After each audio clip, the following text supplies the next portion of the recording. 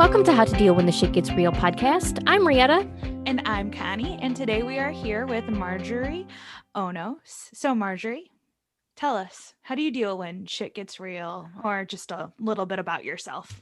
Hi, everyone. I'll just start with a little bit about myself. So my name is Marjorie, and I'm a psychologist. And, when the shit gets real, things like spinal cord injury happens when you are raising a 16 months old on your own. The interesting part is that when I became a mom with a physical disability after my accident, I was, a psychologist working with parents with intellectual disabilities and advocating for their rights. And I had been doing that for the past 15 years.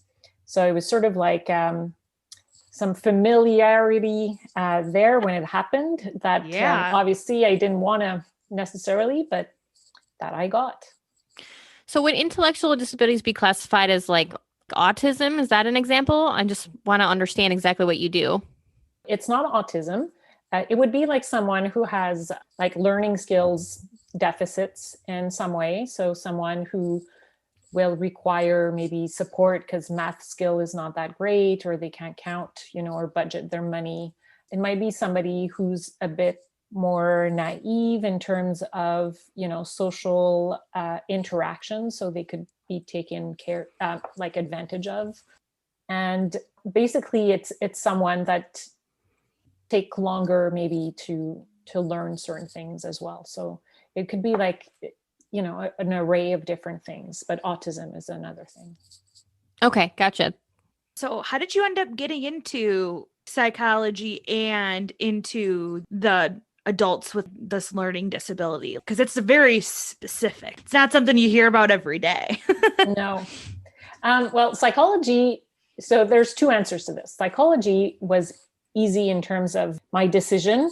I didn't know what I wanted to do when I grew up. And I figured that all my interests led me to something about human interaction. So I thought, oh, cool, I'll do a bachelor in psychology. That way I have 3 more years to decide what I want to do when I grow up. And then that led me to a career as a psychologist, because after 3 years, I liked it so much. I started my master's, went straight into my PhD, and that was it. In between all of this, so as I was doing my bachelor's in psychology, I took a summer job working with a young girl who had an intellectual disability. And my job basically was to shadow her, so to be with her in camp so that she could be included in all the activities, but still have additional support if she needed. And someone said to me, oh, you should meet her mom. Maybe you could understand a little bit better the context. And so I went to meet her mom, and her mom had an intellectual disabilities as well. It was just, to me, that was like an aha moment, because when I met Julie, that's how I call her, it's not her real name. When I met Julie, she was so inspiring to me, because this was a woman who really wanted the best for her children. She had 2 kids. And I could see her, sort of hustling and trying to get everything ready for the next day for camp, and making sure that, there was some nutritious food in the lunch boxes, and that there was like an extra sweater if she needed. And I figured this is what I want to do for the rest of my life, because really I would be basically working with children, but also with adults, and with, someone with an intellectual disabilities, but also with sort of potentially, a support network around that person. And I felt that fascinating. And so I started working in that field. On that I did my PhD and also my clinical practice. I worked in a health and social services network. I was sort of like the lead in terms of working with moms and parents with intellectual disabilities. That's an amazing cause. I mean, that's got to be very rewarding work. Yeah, it's very difficult work and very rewarding at the same time. Certainly with all the clients that I had, what I love the most is that they're straight shooters. I mean, if you said something that bugged them, they'll tell you. If, they don't like you, they'll tell you they will tell you that as well. I always like that part of like, there's no bullshit. We're here and, And most Everybody, other work, yeah, there's definitely some bullshit. exactly. Yeah, everybody could learn from them to just be straight shooters. Yeah. So do you not do this anymore? What are you doing currently? Well, I'm still doing some research in the field. I'm not currently working because my accident, even though it happened almost 10 years ago, it's sort of like the first few years, I was focused on anything that was physical rehab. I then sort of started working again. But you have to imagine that I'm a single parent, and not just a single parent, but a solo parent, meaning that there's no other parent. I had my child on my own via insemination and sperm donor. So I'm the only parent. I was parenting a toddler as I was returning to full time to work, as I was sort of trying to make sense of a spinal cord injury. And so all of this, I basically had to, I guess, deny some of the feelings that I was having or some of the struggles. I was in my head, it was sort of like, oh, I'll do it like before, and before I used to do everything all the time. So I figured that I could do everything all the time, despite the spinal cord injury. And I would say about 5 years after into that, while all this sort of emotion came back and like a tsunami, it really like sort of swept me away, and I had to stop working. So I'm on the mends now, but it took a long time. And it took a long time because to me, like the person I was meant to be was becoming different to the person that I was becoming. And that was very, very hard to get my head around it. And I didn't know what I was supposed to do. And I felt like I was a terrible mom because there was a lot of things that I couldn't do with Thomas because I didn't have the energy. And when I was at work, I felt guilty all the time because I didn't feel like I was able to keep up.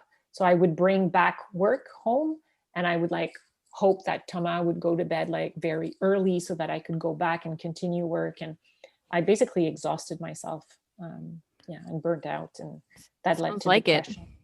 Yeah, it was pretty bad. So talk to us about your accident. What happened? It was January 5th, 2012. So we're about 6 months short of actually less than 6 months now of my Crazy. 10-year anniversary. Sorry. Yeah, time passes. Yeah, It's time. I'm just thinking, amazing. wow. Yeah. Yeah, no, here in my house, we're all like going nuts at the fact that it's going to be 10 years in a few months because although some of the years were like very slow passing, 10 years passed fast. So it's kind of like a really fun or interesting fact. So it was January 5th, and we had spent 1 week with all my siblings and my nieces and nephews and my parents at their cottage, whole week of like celebration, after New Year's. And I was going back to work. So from up north to Montreal, it's about like 90-minute drive. And I was leaving Thomas with my parents at the cottage because I was coming back over the weekend. So I was driving back and my car hit black ice. It hit black ice on a road that's a country road, which meant that cars went both ways. It was just really wrong timing, perfect timing or wrong timing. There was a truck going the other way. And so we were both going like about 90 kilometers an hour. It was going pretty fast. And as soon as I hit black ice, I knew I was going to die. Wow. Really, I faced death. Like it was clear to me I was dying. And so it's interesting because again, sort of that concept of time, I could tell you exactly what happened in my head and it would last like easy 25 minutes. In a nutshell, it's basically, I thought of like, oh, today is a good day to die. I had so much fun. And then I went to, oh shit, no, I can't die because I'm a solo parent to a 16-month-old. And that would mean he becomes an orphan. And I don't want him to be an orphan. I didn't have him. I ended by saying his name and sort of asking that I live. I woke up approximately 20 minutes. So I do not have any memories of the impact, or actually like seconds before the impact. So, as soon as I said Thomas's name, I mean, my car was fleeing. Apart from that, I blanked out. And when I woke up in the car, I couldn't feel Well, I could feel my legs. I like to describe them like big marshmallows, lots of pins and needles going through. And so I was like, okay, so something happened to my legs. That's fine. And then I was sort of like doing a mental diagnosis of like what was happening and where I was at. And I knew I was in a snowbank. I couldn't see very well. I couldn't hear very much either. And then I realized that I couldn't move, feel, or my arms, and that freaked me out again. And I said, like, I need to have my arms back. You know, I can't do anything for the legs, but I need to have my arms back, because if I have my arms back, I can sort of hold my son and I can hug him. And being, you know, a solo parent, I sort of need, you know, it's one thing to do it on my own. It's one thing to do it paraplegic, but to do it like quadriplegic, I felt like, you know, God needed to give me a break. And I got lucky. He gave me a break. So he gave me back my arms. On hindsight, I often say when I tell this story, I should have asked for more, because really, like, he gave me exactly my arms and that's it. So next time, you know, I know to be more specific, and I hope there's no next time, but if there was, you know, be specific. Yeah. So what was your recovery like? Yeah, the recovery, oh my God, that was a long process. So the first period was the first month, and that was in the hospital. There was about 10 days in the ICU, where at the beginning I was intubated. And then, I mean, I had tubes everywhere, to a point that I had said to my mom, like, don't bring my son, you know, in the hospital, it's going to scare him. But the only thing I did every time I was awake was cry. And so my nurse said to my mom, for her to be able to get back up, you need to bring her son. She needs to be reminded of why she lived. And so that's what my mom did. That created big crisis, because Thomas really reacted. But that's when my mom said, I'm going to bring him every single day until he remembers that you are his mom. And that's what my dad and her did for all the days that I had at the hospital and after in rehab. So I was about 1 month in the hospital. In the hospital, basically, there was nothing. They were just taking care of my medical needs. There wasn't much physiotherapy there. And then I was sent to rehab. And rehab was about 5 months there, where I slept and lived there. In rehab, what was great was all the physio that I did. I was like so pumped. That was like the 1 hour in my day where I was like, yes, you know, I have control over my life, and I have control over what happens in that next hour. And that gave me like a really big boost of power to power through each day. Apart from physio, there was occupational therapists. So basically, that's relearning how to, you know, eat or cook dinner or clean or make your bed or get dressed, you know, get in the shower. I mean, pretty much everything. I had to learn everything from scratch, because spinal cord injury is not just not walking. A spinal cord injury, especially in my case, when it's like complete, it means that I can't feel or move anything. Anything under my armpits, I can't move, including all groups of muscles. So for example, my abs, I can't contract them, which means that if I'm sitting in a chair and I'm just sitting, that's fine. But if I were to like go and pick up something, I need to hold myself with the other arm, or else I'm going to fall, because I don't have any abs. So forget the six pack. I'll never have that again. It's just not, something that will happen. And so that causes all kinds of different other sort of illnesses and things that are not. So what do you mean by complete? Was it in your neck and it was like a complete severment? Is that what you mean? No, it's actually the way that they give criteria to a spinal cord injury. Asia A or B or C or D. Don't ask me for the B, C, D, what they mean, but I know A, which is mine. And that means that I do not have any feeling or motor function below my injury. In my case, I got injured both in my neck around C3 and also in my back. The back at T2, T4, which is really like just under the armpits, that one is the one that didn't sever, the spinal cord, but bruised it. And when you bruise the spinal cord, it slowly sort of kills the spine. And so in my case, even though it wasn't severed per se, it basically, I lost every function below my injury in the back. The thing in my neck, what happened is that when I was in the car, probably my neck went sideways, touched the spine, but it wasn't enough to do sort of like permanent damage. But in the operation, because I had, 10 hours after the car accident, I was in the operating room, and they consolidated both my neck from C3 to C5 and my back from T2 to T4. So I got screws. Yeah. So you're still in a wheelchair. You can still not feel from your armpits down, correct? Yeah, that's what Asia A complete means. Actually, that nothing sensory, nothing motor below my injury. So how did you handle motherhood while you recovered? That required a lot of teamwork and a lot of teamwork with, I bet. with my mom and dad. So I got lucky that I have the parents that I have, and that I have parents who were retired, and that I had parents who like wanted to do this and help me, because they basically moved in my house, which again, that was like pretty amazing. And their thinking behind that was, Tamai's going through something that big in terms of adaptation.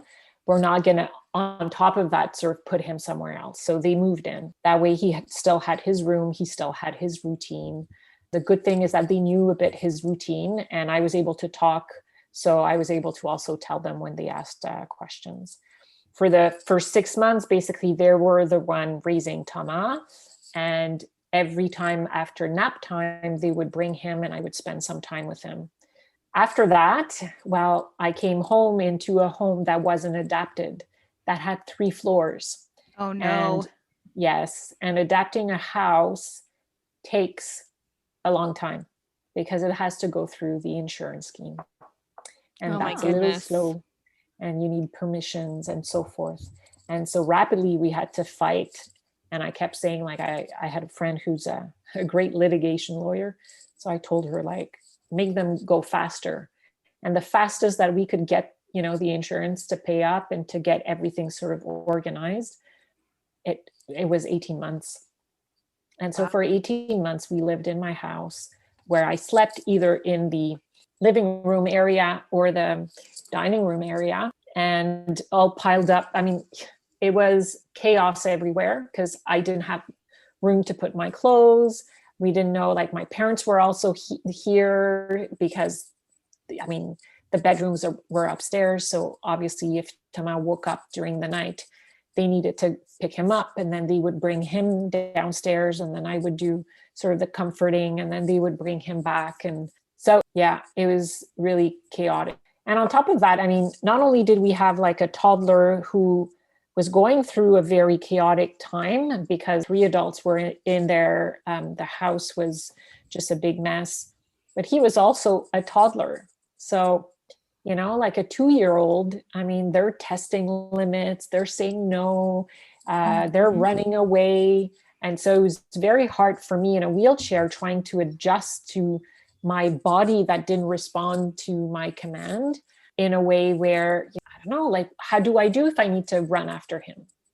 You need a fast wheelchair. You need a fast wheelchair, exactly, which I didn't have, unfortunately, because, it was propelled by my 2 arms, who were like still bruised. And it was just like, yeah, it was just, there was a lot of little things, and those little things kept adding up. And I think that that's what happened like 5 years after, when I say that I got hit by the tsunami of emotion, is that I didn't take the time at that moment to grieve all those little things that I thought I was going to be able to do on my own, with him. So, like you said, it's hard enough having a toddler, let alone trying to adjust something that just happened to you. I mean, I have a son. I can't imagine trying to do what you were doing. So I guess it almost kind of makes sense why that tsunami hit you later, because you never got to get over it. Yeah. And I think that and, like at that time, just like I was saying, is that it was solution finding mode all the time. And so I think I didn't have the time. It was sort of like, you need to get on with it and find solutions and raise your kid and fight the insurance. And I think probably also I was on adrenaline or something that was keeping me going, because I was sort of in that fight mode all the time to try to get my rights, you know. All I have to say is though, I feel like it's really awesome because I don't know the American insurance system, but I do know that like I'm pretty sure they don't cover like home renovations if you have then gone and had like a disability. And my brother, who I don't know if our listeners know, but he's had a spinal cord injury and they've got their house assessed and it's just not possible. So my brother, when he gets home from rehab, has to go into a completely new environment that he's never, to me, I was like, that's kind of almost as traumatic as the injury, because now you have to go to a whole new environment and not learn, but okay, I guess this is my new house now. Yeah. I guess everything has to change. That's right. Those are the little losses. My house couldn't be adapted either. Oh, really? Which meant that I needed to find a new house. And originally the insurance had said, buy a condo, because condos are easier, you know, to adjust or to adapt.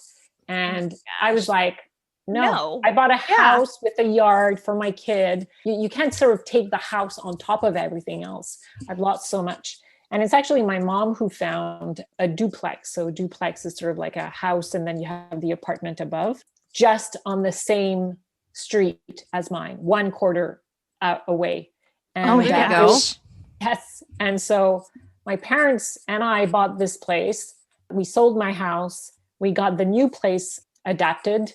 The main floor and the basement are adapted because those are mine. And the reason why we did it this way, and seriously, like we had to make the decision. The house went on sale at 7 a.m. By 5 p.m. we had bought it. Yep. Because it was sort of like, it's in the same neighborhood. It has a similar yard, the same, similar school system, access to transport and to, grocery stores and so forth. And on top of that, the added bonus was that knowing that I still had to raise a toddler in that house, we were like, it would be probably safer to have my parents close by so that if something happened, I could ask for help. Yeah, for absolutely. Sure. Yeah. I mean, I don't understand why it has to make this so hard for people. Like, you didn't choose to end up the way you ended up. Like, it shouldn't be hard for you to be able to live a normal life. Yeah, I so agree with you. It was like really like difficult. Yeah. Which brings me to another question. Is where you live in Canada, is that like pretty handicap accessible? So like if you want to go out somewhere, is it easy? Do they make life difficult? So in Canada, we have, like in the US, you have Christopher Reeve, who became like a strong advocate. Oh, yes. In Canada, we have one, Rick Hansen, not a similar life story, but who also sort of became paraplegic. He was a Paralympian, and he has a foundation like the Christopher Reeves has his. So he lives in Vancouver. So Vancouver is actually, or British Columbia, the province where he lives, is actually a pretty good province in terms of accessibility. But Montreal, not so much. So everywhere I go, I never know if it's going to be accessible or not, or to what extent. And sometimes because the law sort of says that it needs to be accessible, that every public building needs to be accessible. So they're all saying, yes, we are. And then you show up and then something doesn't work. So an example that I give, Canada, we have a lot of snow. Oh, yeah. In the winter time. And so in parking lots of arenas, after a snowfall, they store the snow on the 2 handicap parking spots. Of course. Oh, goodness. So ridiculous. It's sort of like, come on. You're like, there's 2 spots. Really? 2 spots. And it's exactly where they put the snow. I don't know. Sometimes we laugh with my mom because we're like, oh, they think you're resilience and solution focused. So of course, you today. So we make fun because we don't want to cry all the time. Well, yeah. Yeah. I bet. So you wrote a book. So tell us a little bit about your book. Yeah. So it's in the process. It's in the editing process, actually. So That's for the 10 amazing. year, yes, for the 10 year, it will come out. So Ooh, I that love is it. going to be my celebration. Yes, a book launch. Yeah. So the book is really about a little bit about my life, who I was before, of course, the incident or the accident that happened that led me becoming a mom with a spinal cord injury.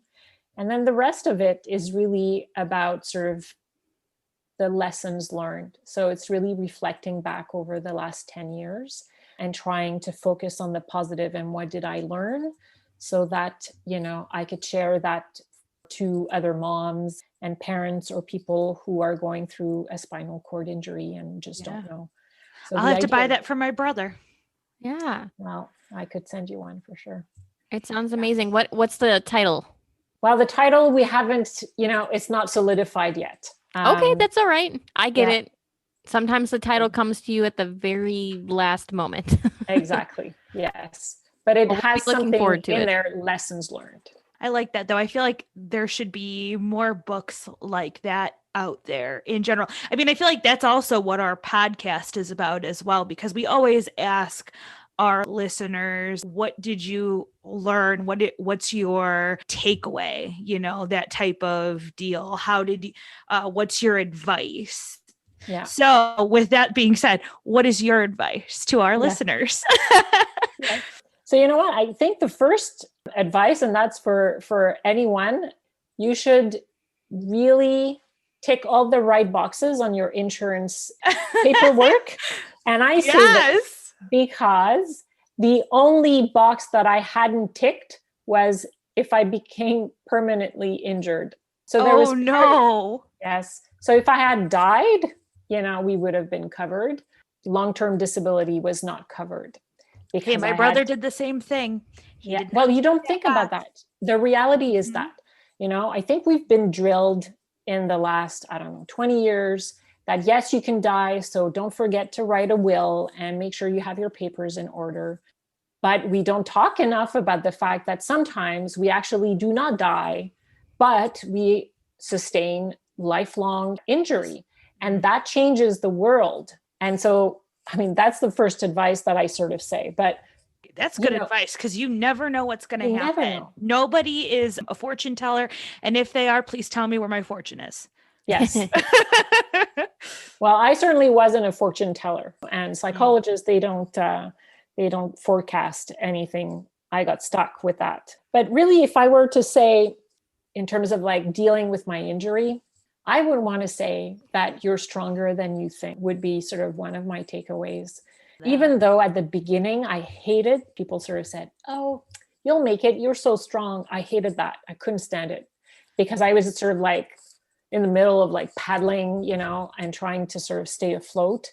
And that was a bit, I felt sometimes like disrespectful or validating the experience that I had. Yeah. But certainly I would say you're stronger than you think. And that makes me think that after I got diagnosed with depression, I learned about positive psychology, and it took me a couple of years.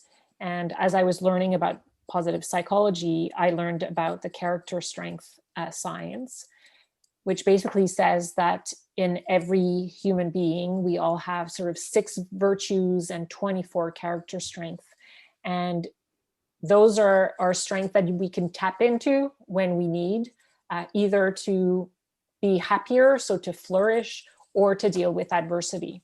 And I'll give you examples of like some character strength. So you were commenting about my wall, and my wall of inspiration that's behind me. In the middle, it says love.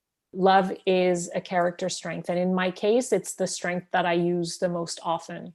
When I was in the car and I thought I was going to die, it's actually love that sort of got me to just pull out all the energy that I could to try to survive. So that's one. Then in the car, if we continue, with the story that I told earlier, when I sort of asked for my arms to be back and that I was praying to God, well, that's spirituality, which ironically for me is the one I use the less. It's like number 24 out of like the 24 character strength that we can have. But in the same time, when I was in a situation that required sort of to pull in larger perspective, larger sort of force, I was able to do that to be able to sort of help me out in the moment. And then you have an array of different ones, and some are like self-regulation, for example, which is a bit sort of like discipline. If you want to go to the gym on a regular basis to lose weight or get healthy, you want self-regulation, right? You want perseverance. That's another one. I wanted in the car, I use prudence. So prudence is also a strength. And in my case, when my arms came back, I sort of said to myself, stop moving, let sort of the first responders sort of take care of you. And so that's another way we could tap into our strength. And so there's like 24 like those. And it really empowered me because I felt like it's not hopeless. Anything that happens, it's not hopeless. You could use creativity, for example, to get out of things or to think of new solutions. You could use a different perspective for that same reason. And so it was very empowering for me to know that I had all these strengths in me and that I could make my life better, basically, and make my son's life better. I'm going to ask the question that Connie knows that I'm going to ask. Was there a book that you read that taught you all of this, or were you going through therapy yourself and they were walking you through the steps? At first I was like, what? And then I was like, oh yeah, no, that's definitely a question she would ask. Yeah. Well, you know what? Yeah, I wish somebody in psychotherapy would have led me there, but they didn't. I had to figure it out all on my own. Thank God I'm a psychologist, because I get sort of news about upcoming conferences and different things, because I'm a psychologist. And so it just went by in one of the advertisements. And I was like, oh, positive psychology? What's that? So I checked it out for myself. And then because my second highest, most often used character strength is love of learning, I basically read everything. that exists on that. And so if you were to ask me, is there a book? Well, there's about, seriously, just around me on my desk, the part that you don't see, about 20. And then there's more. And then you go like conferences and you go like, listen to workshops and webinars. And I would say that COVID also sort of dispatched a whole bunch of different webinars on the topic around positive psychology. And if you think that your listeners would be interested, I could, send you a list of the key ones or the most important ones. Because to me, it really changed my life. Yeah, we'd love that, because we could put them at least in the show notes, along with all the stuff about you and your website and everything. We could put your recommendations in the show notes, because I will certainly, at the very least, I will read them. Perfect. At minimum, she will read everything and anything. Excellent. You're like me. Yes, I am. I'm very much my father's daughter. I don't think I ever see him without a book. So, yeah. Okay. Rihanna, do you have any more questions before I use my one last fun question? No, go ahead. Okay. If you could have a magic power, what would it be? You know what? I did see that question in sort of like your email. And then I went, oh, and now I forgot, because some people ask me that. Yeah, it's an interesting one, because a lot of people think that it would be probably, to be able to walk again. But that's not a magic power. No, well, in my opinion. All right. When you're like not walking, walking becomes a superpower. Okay. It's like using your arms becomes a superpower. Yeah, I don't know. I think my superpower actually is sort of knowing that I have 24 character strength. I'm going to be like, it sounds like a video game. So like, I'm going to go with that. You know what I mean? Like, your character has 24 power strength. See, it sounds like, at least it sounds like a video game, like superhero. Yes. Right. Well, we're big fans here of the Avengers in my house. Yeah. See, to a point that my son baptized me Wonder Wheel Woman. I love it. That's so cute. Isn't it? Yeah. I love that. My Instagram account says Wonder Wheel Woman Warrior. I love it. Yes. And the fact that it came from your son is even better. Even better. You guys say I love you 3000? Yes. Gotta say I love you 3000 if you're Marvel fans. Yes. That's so cute. Do you dress up on Halloween as Wonder Wheel Woman? Or is that just every day? You're like, that's me all the Yeah, that's time. not every day. But my mom did make me like a COVID mask, with the Wonder. Woman sign. I love it. Yeah. Gonna have to make your own logo soon. Because Oh, you're different. You're yeah. better. that's right. Well, you know what? If you go on my Instagram, there's a different logo for that. Oh, snap. Yeah, We'll have so to go on your Instagram. that's right. And so Yes. will our listeners. Thank you for being on our show. And this is how to deal when shit gets real. Don't forget to listen every Friday, rate, review, and subscribe and listen episodes every Friday. And we'll see y'all next episode.